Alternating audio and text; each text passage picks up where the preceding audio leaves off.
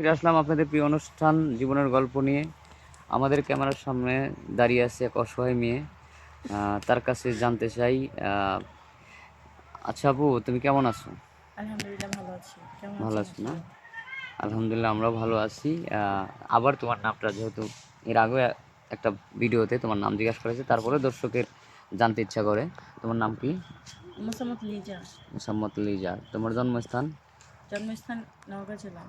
নওগাঁ জেলা। জি। তো আমাদের এখানে আসছো তো তুমি একজন ভালো মনের মানুষ খুঁজতে, তাই না? জি হ্যাঁ। তুমি তো অনেক লম্বা এবং অনেক কিউট, অনেক সুন্দরী একটা মেয়ে। তো তোমার সাথে যাতে পারফেক্ট হয়, কেমন ছেলে তুমি মানে তোমার ইচ্ছা আছে বিয়ে করার জন্য?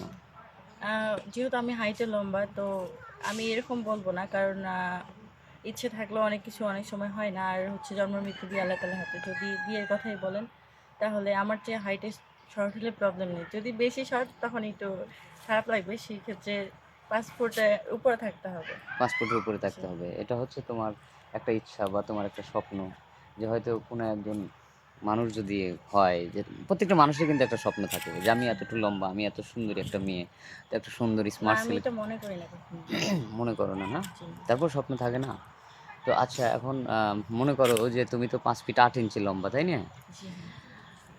তখন দেখা গেল যে হয়তো যে ছেলে তোমাকে পছন্দ করেছে 5 ফুট 4 ইঞ্চি, মোটা সোটা আছে কিন্তু বয়স বেশি, 35 থেকে 40, কিন্তু তোমাকে পছন্দ করছে এবং তোমার দায়িত্ব সে নিতে চায়, তোমার কষ্টের কথা শুনে, তোমার জীবনের গল্প শুনে। জি। সেক্ষেত্রে তুমি কি অ্যাকসেপ্ট করবে?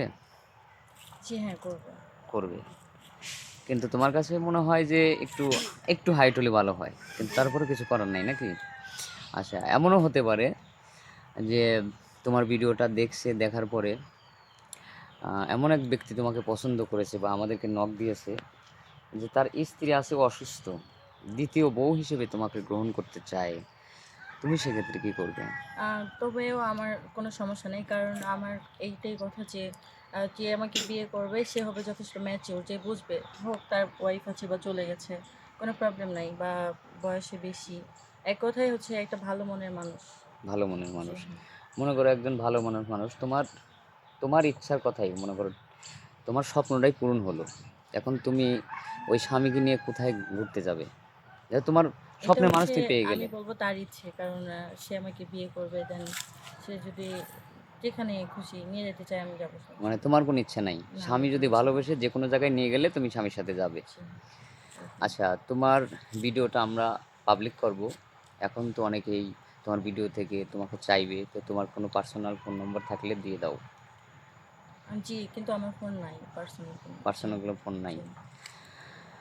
সুপ্রিয় দর্শক, শুনলেন, হ্যাঁ, মেয়েটার পার্সোনাল কোনো ফোন নেই। তার আগের ভিডিওতে তার জীবনের গল্প শুনেছেন। মেয়েটা খুবই অসহায়, বাবা নেই, বাবা রিক্সা চালাতো, কিন্তু রিক্সা চলিয়ে তাদের 3 ভাই বোনকে মানুষ করতো। হঠাৎ করে তার বাবা মারা যায়, মারা যাওয়ার পরে খুবই অসহায় এবং দারিদ্রতার মধ্যে পড়ে, যার কারণে সে পড়ালেখা করতে পারেনি, এসএসসি পাস করেছিল।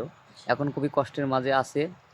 তো যদি কোনো সহৃদয়বান ভাই যদি তাকে পছন্দ করে থাকেন, তাহলে তার কোনো পার্সোনাল ফোন নাই, আমাদের নম্বর দেওয়া থাকবে স্ক্রিনে, হোয়াটসঅ্যাপ আর ইমো আছে। কেউ অযথা ভিডিও কল করবেন না, অডিও কল করবেন। সেই সাথে সবারই শুভকামনা করি। আল্লাহ হাফেজ।